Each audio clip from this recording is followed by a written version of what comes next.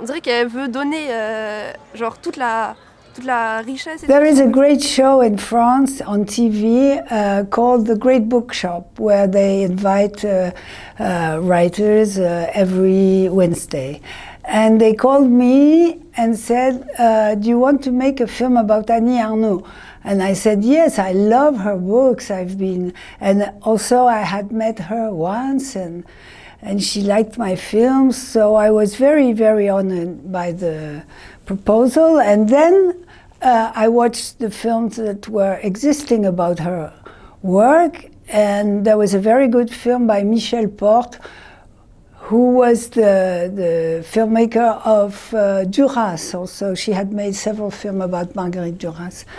And I thought, look, I'm not going to ask Annie Ernaux to go back again to her hometown when she was a kid and everything.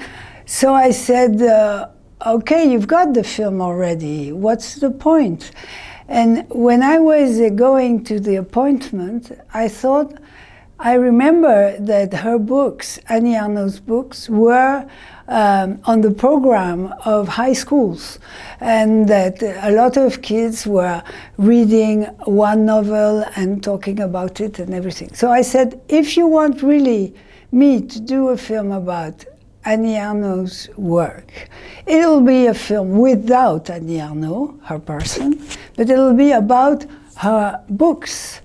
And I will go in different high schools in France to meet the adolescents, the teenagers, as they talk between themselves in the classes and outside the classes, what they really think about Annie Ernaux's books and how it reflects on their own, how they feel that she's talking about their own lives. En soi, l'événement, par exemple, quand elle l'écrit, c'est 40 ans plus tard, elle l'a déjà vécu. Et même si c'est un moyen de revivre et de peut-être retracer. When you're a teenager, literature is very strong to understand your own life.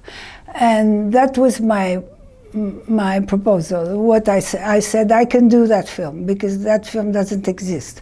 And they said, yes, of course, wonderful. And so that's how I did it.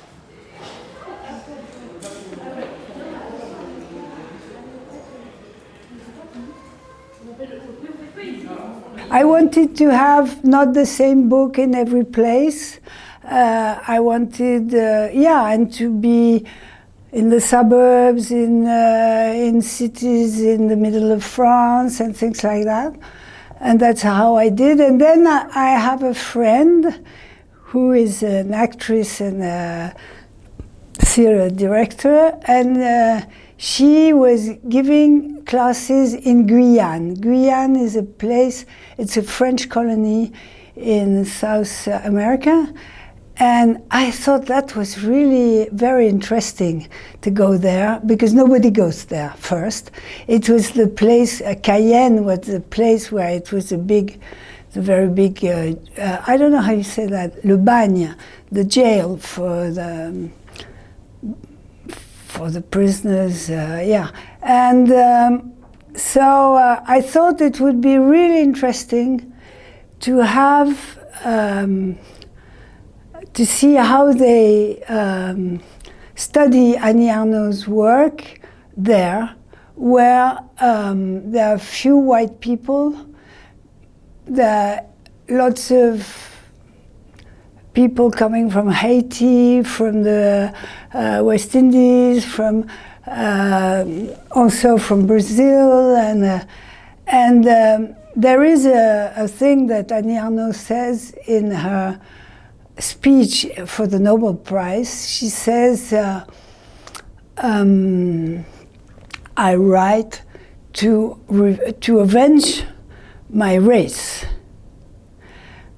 And it is a reference to Rimbaud, who says in his poems that he is from inferior race, but in fact it is for mainly white people. And it was very interesting to see that in a classroom of mainly girls, black girls, when the teacher, white teacher, says, do you remember her speech in the Nobel Prize? And they said, she says that she writes, and all the class says, to revenge my race. And they were all black. So I thought it was very interesting because in France, Annie Ernaux is known also for being a writer of, I would say, the low class, and trying to explain what it is to have this inheritance of socially. And so suddenly it changes towards race, which I don't think it exists, race, but I mean colored skin, African, American and everything. So I thought it was very interesting to see that shift.